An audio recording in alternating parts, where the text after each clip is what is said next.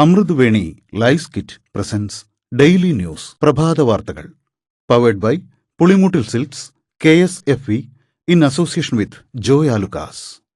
ഇത്തവണ ഫസ്റ്റ് അടിക്കില്ലേ നമ്മള്?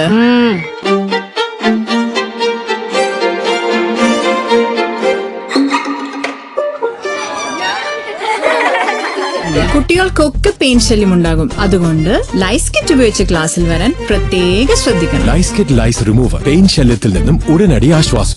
നമസ്കാരം, ഞാൻ നീതു കൃഷ്ണ. ഡെയിലി ന്യൂസിന്റെ പ്രഭാത വാർത്തകളിലേക്ക് സ്വാഗതം. ഇന്ന് ജൂലൈ 23 വ്യാഴാഴ്ച. വിദ്യാഭ്യാസ സമ്പ്രദായത്തെ തകർക്കുന്ന നയങ്ങളാണ് കേന്ദ്ര സർക്കാർ നടപ്പാക്കുന്നതെന്നും വിദ്യാഭ്യാസ മന്ത്രി ധർമ്മേന്ദ്ര പ്രധാൻ രാജിവെക്കാതെ പ്രക്ഷോഭം അവസാനിപ്പിക്കില്ലെന്നും പ്രതിപക്ഷ നേതാവ് രാഹുൽ ഗാന്ധി. രാജ്യത്തെ വിദ്യാർത്ഥികൾ ചെയ്ത തെറ്റെന്താണ്? CJP പ്രതിഷേധത്തിനിടെ വിദ്യാർത്ഥികൾക്കു നേരെ പോലീസ് നടത്തിയ ലാത്തിചാർജ് അടക്കമുള്ള അതിക്രമങ്ങളുടെ ദൃശ്യങ്ങൾ പ്രദർശിപ്പിച്ചുകൊണ്ട് നടത്തിയ വാർത്താസമ്മേളനത്തിൽ അദ്ദേഹം ചോദിച്ചു.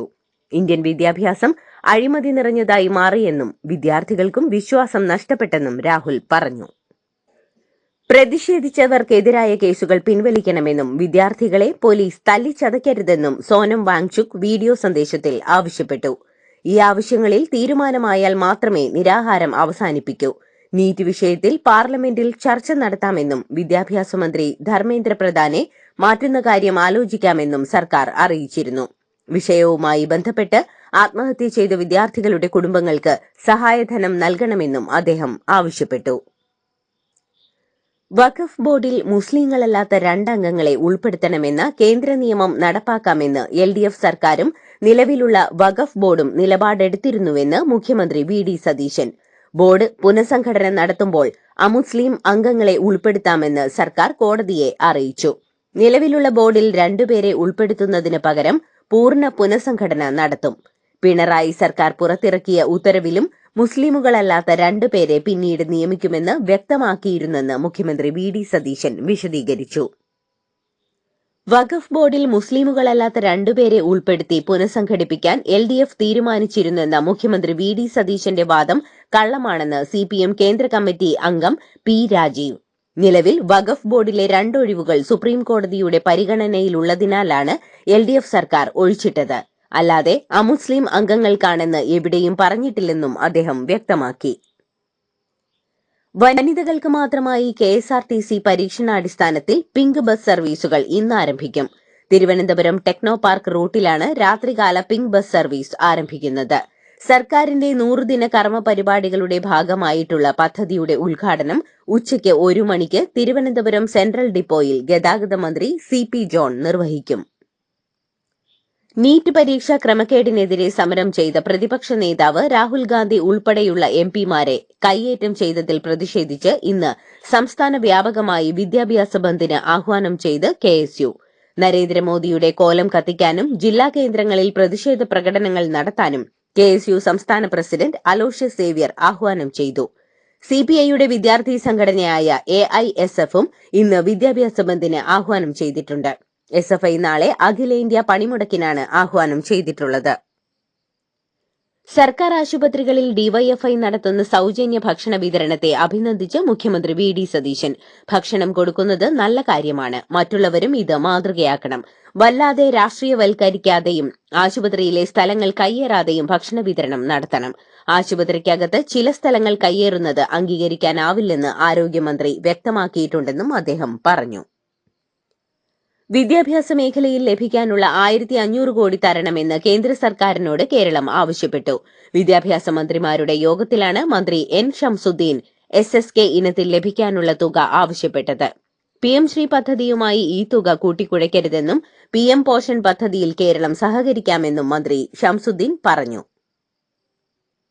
കോന്നി പഞ്ചായത്ത് ഓഫീസിലെ കമ്മ്യൂണിറ്റി ഹാളിൽ കമ്മ്യൂണിറ്റി ഡെവലപ്മെന്റ് സൊസൈറ്റി യോഗം നടക്കുന്നതിനിടെ സീലിംഗ് ഫാൻ പൊട്ടിവീണ് കുടുംബശ്രീ അംഗത്തിന് പരിക്കേറ്റു. കോന്നി സ്വദേശിനിയായ സന്ധ്യയ്ക്കാണ് അപകടത്തിൽ പരിക്കേറ്റത്. കേരള തീരത്ത് ചരക്കു കപ്പലിന് തീപിടിച്ചപ്പോൾ 12 ചൈനീസ് നാവികരെ രക്ഷപ്പെടുത്തിയ ഇന്ത്യൻ സൈന്യത്തിന് നന്ദി പറഞ്ഞ് ചൈനീസ് ഉദ്യോഗസ്ഥൻ. ചൈനീസ് ഭരണകൂടം ഇന്ത്യയിലേക്ക് നിയമിച്ച പുതിയ defence attache rear admiral Yu Jian ആണ് ഇന്ത്യൻ സൈന്യത്തെ പ്രശംസിച്ചത്. കഴിഞ്ഞ വർഷമായിരുന്നു ചരക്ക് കപ്പലിന് തീപിടിച്ചത്.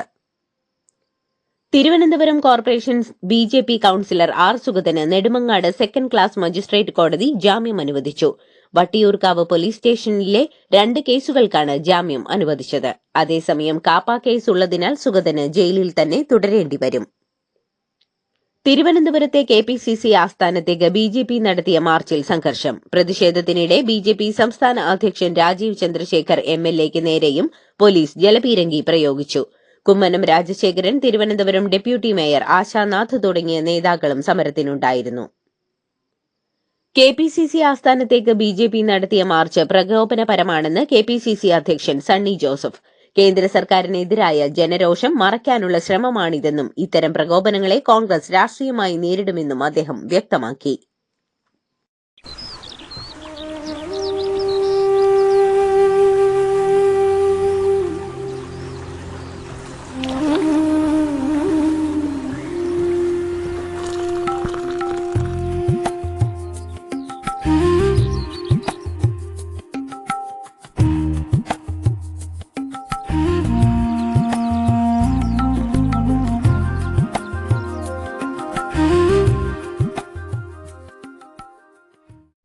ഡൽഹിയിലെ പാറ്റ സമരത്തിന് ഐക്യദാർഢ്യവുമായി കൊച്ചി മഹാരാജാസ് കോളേജിൽ പ്രമുഖരുടെ കൂട്ടായ്മ. ചലച്ചിത്ര നടൻ ജോജു ജോർജ്, എഴുത്തുകാരനായ എൻ.എസ്. മാധവൻ, കെ.ആർ. മീര, രഞ്ജിനി ഹരിദാസ്, നടി ഗൌരി കിഷൻ, ശീതൽ ശ്യാം, ബേബി ജീൻ, സംവിധായകൻ മഹേഷ് നാരായണൻ, ആഷിഖ് അബു, സിപിഎം ജില്ലാ സെക്രട്ടറി സതീഷ്, ഹരീഷ് വാസുദേവൻ തുടങ്ങിയ പ്രമുഖർ പരിപാടിയിൽ പങ്കെടുത്തു.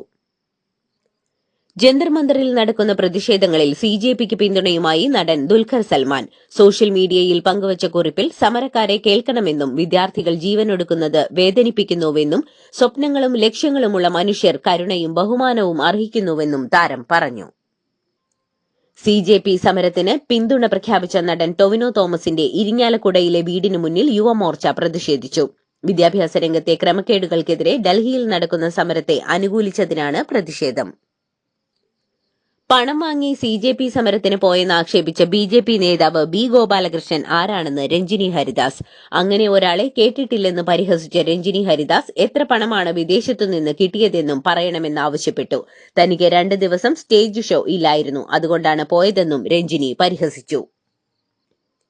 കൊച്ചി തീരത്ത് ഓറഞ്ച് വിക്ടോറിയ എന്ന സിംഗപ്പൂർ കപ്പലിടിച്ച് മത്സ്യബന്ധന ബോട്ട് തകർന്ന സംഭവത്തിൽ അന്വേഷണത്തിനുള്ള സ്റ്റേ ഹൈക്കോടതി നീക്കി. കോസ്റ്റൽ പോലീസിന് അന്വേഷണം തുടരാമെന്ന് ഹൈക്കോടതി വ്യക്തമാക്കി. കാഫിർ സ്ക്രീൻഷോട്ട് കേസിൽ ഡിവൈഎഫ്ഐ നേതാവ് റിബേഷ് രാമകൃഷ്ണന് ചോദ്യം ചെയ്യലിന് ഹാജരാകാൻ നോട്ടീസ്. നാളെ 11 മണിക്ക് പ്രത്യേക അന്വേഷണ സംഘത്തിന് മുന്നിൽ ഹാജരാകണം. കടയ്ക്കാവൂരിൽ നടുറോഡിൽ യുവതിയുടെ കൈവെട്ടി മാറ്റിയ കാമുകനെ പോലീസ് പിടികൂടി. കടയ്ക്കാവൂർ സ്വദേശി വിജിക്കാണ് വെട്ടേറ്റത്. ഗുരുതരമായി പരിക്കേറ്റ വിജിയെ തിരുവനന്തപുരം മെഡിക്കൽ കോളേജ് ആശുപത്രിയിൽ പ്രവേശിപ്പിച്ചു. അഞ്ചുതെങ്ങ് കായിക്കര സ്വദേശി അനുവിനെയാണ് അറസ്റ്റ് ചെയ്തത്. കർണാടകയിൽ കോൺഗ്രസ് ആസ്ഥാനത്തിന് മുന്നിൽ പ്രതിഷേധത്തിനെത്തിയ ബി.ജെ.പി. എം.എൽ.എക്ക് നേരെ മുട്ടയേറ്.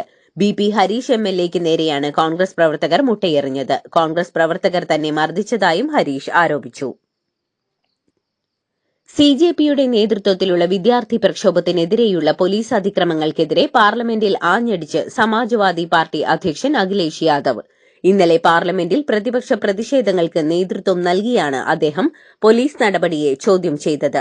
വിഷയത്തിൽ പ്രധാനമന്ത്രി വിശദീകരണം നൽകണമെന്നും അഖിലേഷ് യാദവ് ആവശ്യപ്പെട്ടു.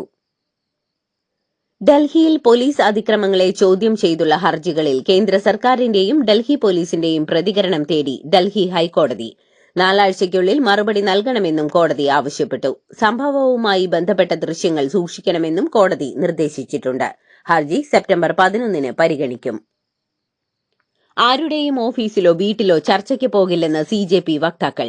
കഴിഞ്ഞ തവണ ചർച്ചയ്ക്ക് പോയപ്പോൾ പോലീസ് സമരക്കാരെ ആക്രമിച്ചു. ഇനി അത് ആവർത്തിക്കാൻ അനുവദിക്കില്ല. ചർച്ചയ്ക്കായി കോൺസ്റ്റിറ്റ്യൂഷൻ ക്ലബ് വേദി നിർദ്ദേശിച്ചു. എന്നാൽ കേന്ദ്രം തയ്യാറല്ലെന്ന് സൌരവ് ദാസ് വ്യക്തമാക്കി.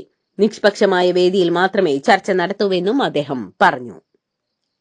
ജന്തർ മന്ദറിലെ സിജെപി സമരവേദിയിലേക്ക് രാജ്യത്തിന്റെ പല പ്രദേശങ്ങളിൽ നിന്നെത്തുന്ന ഭക്ഷണ ഓർഡറുകൾ ഇന്നലത്തേക്ക് നിർത്തണമെന്ന് സിജെപി. ആവശ്യമുള്ള ഭക്ഷണം എത്തിയെന്നും കൂടുതലായാൽ പാഴാകുമെന്നും സിജെപി എക്സിൽ കുറിച്ചു. സമര പിന്തുണയ്ക്കും ഭക്ഷണത്തിനും സിജെപി നന്ദി അറിയിച്ചു. നീറ്റ് ചോദ്യപേപ്പർ ചോർച്ചയിൽ പ്രതിഷേധങ്ങൾക്ക് പ്രസക്തിയില്ലെന്നും താൻ വീട്ടിലിരുന്ന് പഠിക്കുകയാണെന്നും ഈ വർഷത്തെ നീറ്റ് യുജി പുനഃപരീക്ഷയിൽ 2ാം റാങ്കുകാരനായ പൻഷുൽ ബൻസാൽ ഗോദി മാധ്യമമെന്ന് ആരോപിക്കപ്പെടുന്ന NDTVക്ക് നൽകിയ അഭിമുഖത്തിലായിരുന്നു പൻഷുൽ ഇക്കാര്യം പറഞ്ഞത്. ഡൽഹിയിലെ 16 മെട്രോ സ്റ്റേഷനുകൾ അടച്ചു. വൈകുന്നേരത്തോടെ തുറന്നു. Rajiv Chowk, Lok Kalyan Marg, ITO, central secretariat ഉൾപ്പെടെ ന്യൂദില്ലി മേഖലയിലെ പ്രധാന സ്റ്റേഷനുകളിലാണ് നിയന്ത്രണം.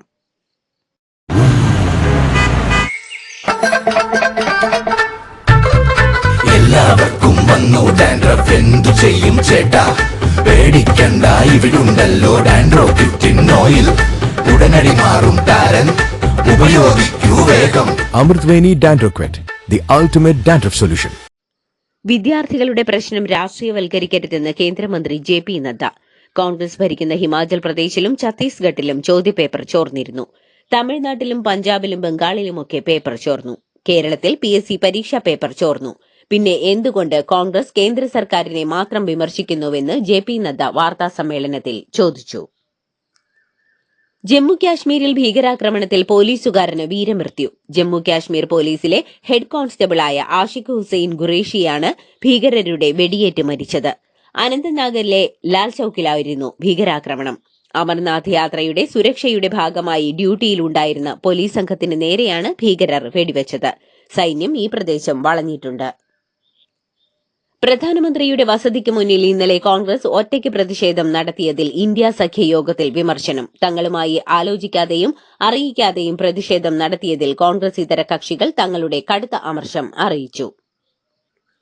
കേന്ദ്ര വിദ്യാഭ്യാസ മന്ത്രി ധർമ്മേന്ദ്ര പ്രധാന്റെ മകൾ നൈമിഷ പ്രധാന് നേരെ സോഷ്യൽ മീഡിയയിൽ രൂക്ഷ വിമർശനം. ഇന്ത്യയിലെ വിദ്യാഭ്യാസ സമ്പ്രദായം തകരാറിലാണെന്ന് അറിയാവുന്നതുകൊണ്ടാണ് മന്ത്രിയുടെ മകൾ വിദേശത്ത് പഠിക്കാൻ പോയതെന്നും പണവും സൌകര്യവുമുള്ളവർ രാജ്യം വിടുകയാണെന്നും ആരോപിച്ചായിരുന്നു സോഷ്യൽ മീഡിയ ആക്രമണം. എയർ ബാഗിലെ സാങ്കേതിക തകരാറിനെ തുടർന്ന് 14,470 ലാൻഡ് റോവർ വാഹനങ്ങൾ തിരിച്ചു വിളിച്ചു. റേഞ്ച് റോവർ, ഡിഫൻഡർ, ഡിസ്കവറി എന്നീ സീരീസുകളിൽപ്പെട്ട വാഹനങ്ങളെയാണ് ഈ നടപടി ബാധിക്കുന്നത്. ഹോർമൂസ് കടലിടുക്കിൽ കപ്പലുകൾക്ക് നേരെ ഓരോ തവണയും ഇറാൻ നടത്തുന്ന ആക്രമണത്തിന് പകരമായി ഇറാനിലെ ഒരു പാലമോ ഊർജ്ജ നിലയമോ തകർക്കുമെന്ന് US പ്രസിഡന്റ് ഡൊണാൾഡ് ട്രംപ്. സാമൂഹിക മാധ്യമങ്ങളിലൂടെയാണ് ട്രംപ് ഇറാനെതിരെ ഭീഷണി മുഴക്കിയത്.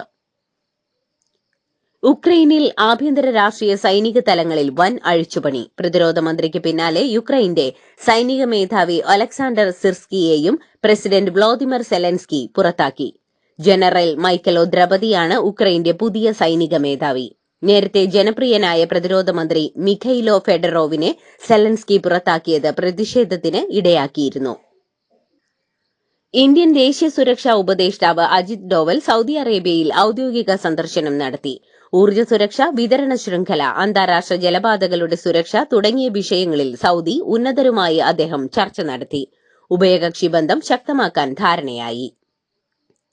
ഇറാൻ US സംഘർഷം 11ാം ദിവസവും രൂക്ഷമായി തുടരുന്നു. ഭൂഗർഭ ആണവ കേന്ദ്രങ്ങൾ ആക്രമിക്കുമെന്ന ട്രംപിന്റെ ഭീഷണിയോടെ സമാധാന ചർച്ചകൾ വഴിമുട്ടി. സമാധാന ചർച്ചയ്ക്ക് അമേരിക്ക തയ്യാറാണെന്നും ഇറാനാണ് വരാത്തതെന്നും US സെക്രട്ടറി കുറ്റപ്പെടുത്തി. ഫിഫ പ്രസിഡന്റ് ജിയാനി ഇൻഫാന്റിനോയെ UN സെക്രട്ടറി ജനറൽ ആക്കണമെന്ന് ഡൊണാൾഡ് ട്രംപ്. ന്യൂയോർക്ക് പോസ്റ്റിലെ വാർത്തയിലാണ് ട്രംപിന്റെ നിലപാട് വെളിപ്പെടുത്തിയിരിക്കുന്നത്. ഫിഫ ലോകകപ്പ് സംഘാടനത്തിൽ ഇൻഫന്റീനോ വഹിച്ച പങ്കിൽ ട്രംപിന് പൂർണ്ണ തൃപ്തിയുണ്ടെന്നും ലോകമെങ്ങുമുള്ള ജനങ്ങളെ ഒന്നിപ്പിക്കാൻ അദ്ദേഹത്തിന് കഴിയുമെന്നും ട്രംപ് പറഞ്ഞതായാണ് വാർത്ത. ഇതോടുകൂടി ഡെയിലി ന്യൂസിന്റെ ഇന്നത്തെ പ്രഭാത വാർത്തകൾ സമാപിക്കുന്നു. ഡെയിലി ന്യൂസിനു വേണ്ടി വാർത്തകൾ വായിച്ചത് നീതു കൃഷ്ണ. DailyNewsLive.in വാർത്തകൾ വിരൽ തുമ്പിൽ.